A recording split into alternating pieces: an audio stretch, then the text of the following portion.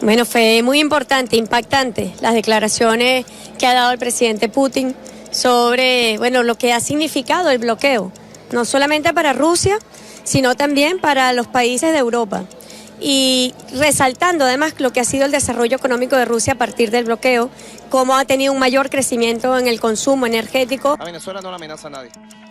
Si él quiere declarar un embargo petrolero de los Estados Unidos contra Venezuela, Venezuela superará cualquier amenaza, cualquier embargo, y seguiremos vendiendo petróleo al mundo. Hay mucha gente en el mundo listo para comprarnos nuestro petróleo.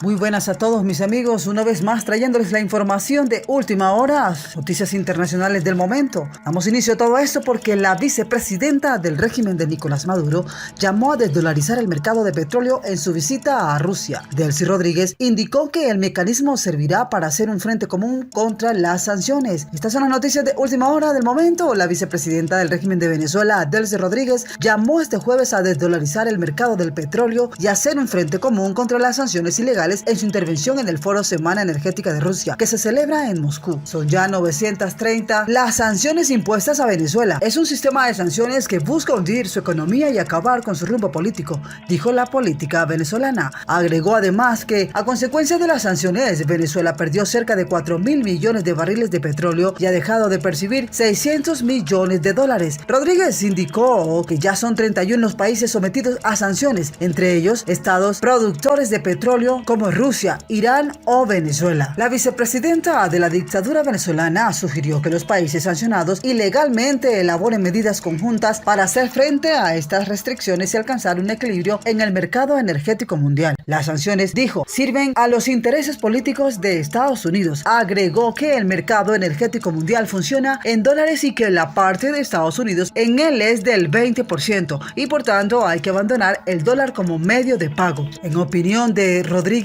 la desdolarización es un mecanismo que ayudaría a hacer frente a las sanciones en el mercado energético mundial. La vicemandataria arribó este martes a Rusia para participar en la Semana Rusa de la Energía y llevar toda la solidaridad del pueblo venezolano a la nación euroasiática, informó la funcionaria en la red social Twitter. En nombre del presidente Nicolás Maduro y del pueblo venezolano, hemos llegado a Moscú para participar en la sexta Semana de la Energía de Rusia, un foro de vital importancia para abordar temas del equilibrio y la cooperación energética mundial, habría dejado claro. Acompañó la información de un video en el que recordó que Moscú es la segunda parada de un viaje que la llevó este lunes a Qatar, donde sostuvo un encuentro con el emir Tamim bin Hamad Al Thani, con el fin de afianzar así los lazos de amistad y revisar la cooperación común. Hemos llegado a Moscú luego de nuestra visita muy productiva a Qatar, un país siempre hermano, había agregado la funcionaria venezolana, quien también insistió en que Venezuela tiene voz propia en la configuración de un nuevo mundo multipolar, libre de medidas coercitivas unilaterales y respetuoso del derecho internacional. En la misma red social, la vicepresidenta venezolana aseguró que la visita a Rusia será propicia para el intercambio de aportes en el desarrollo del sector energético con el objetivo de fortalecer la cooperación en beneficio de los pueblos. Así como lo están escuchando, mis amigos, estas son las noticias del momento. Continuamos con más información.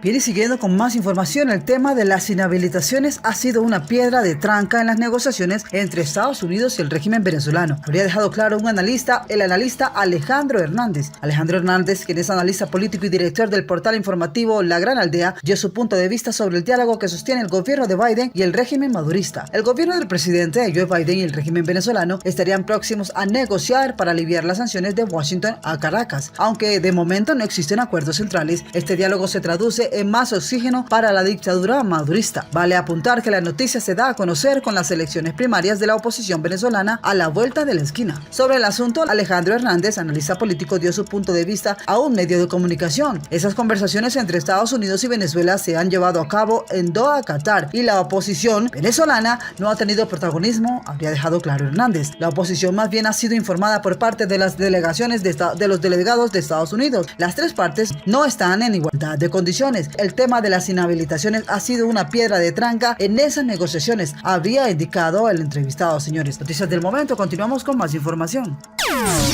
Bien, mis amigos, y damos inicio a esta información importante porque la oposición venezolana ha señalado que el informe de la misión de la ONU expone los abusos de poder de Nicolás Maduro. También destacó los hallazgos de la investigación y resaltó la mención sobre las graves violaciones de derechos humanos que el día de hoy se siguen cometiendo en el país venezolano. Vamos con más del desarrollo de esta información porque la oposición venezolana, agrupada en la Plataforma Unitaria Democrática APUD, apoyó el nuevo informe de la misión independiente para Venezuela de la ONU, publicado este miércoles. Se aseguró que expone que el régimen de Nicolás Maduro persiste en prácticas de abuso de poder contra el pueblo. El informe, también presentado en una rueda de prensa por los 3 miembros de la misión, documenta entre el 2020 y 2023 al menos 9 personas perecidas de opositores y líderes de la sociedad civil relacionadas con prácticas represivas, 14 desapariciones forzadas, 58 detenciones arbitrarias, 28 casos de tortura y 19 de violencia sexual y de género. El documento denuncia que aunque desde el 2020 parecen haberse reducido los abusos en Venezuela contra los opositores al régimen de Maduro, estos continúan con mecanismos más selectivos.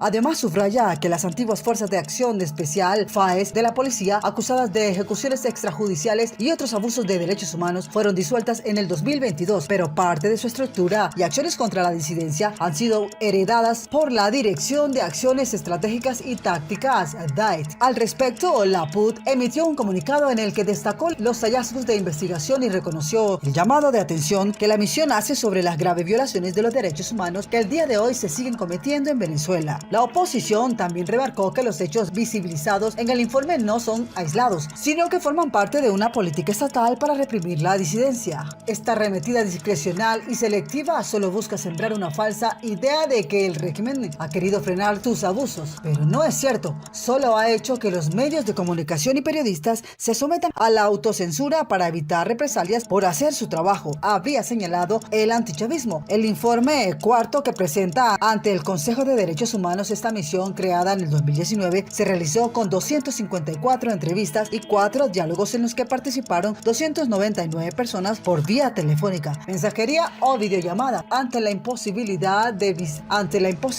visitar Venezuela por la negativa de las autoridades. La Misión Internacional Independiente de la ONU para Venezuela también presentó este miércoles un informe actualizado sobre la situación de los derechos humanos en el país sudamericano, reiterando su preocupación por las violaciones continuas perpetradas por el régimen de Nicolás Maduro. La presidenta de la misión, la portuguesa Marta Baliñas, presentó ante el Consejo de Derechos Humanos de la ONU una evaluación que abarca el periodo entre enero del 2020 y de agosto del 2023. Durante este periodo, la misión encontró pruebas alarmantes de abusos contra los derechos humanos en Venezuela. Esto incluye al menos 5 privaciones arbitrarias de la vida, 14 desapariciones forzadas de corta duración y 58 detenciones arbitrarias. Además, se documentaron 28 casos de tortura o tratos crueles, inhumanos o degradantes a detenidos, de los cuales 19 involucraban violencia sexual y de género contra hombres y mujeres. En Venezuela siguen ocurriendo graves violaciones de derechos humanos. En años más recientes, estos incidentes han estado más dirigidos contra ciertos miembros de la sociedad civil, incluidos líderes sindicales, periodistas y defensores de derechos humanos, habría denunciado Baliñas. El informe de la misión también señaló que a pesar de las protestas a fines del 2020 y a principios del 2021, las estructuras represivas del Estado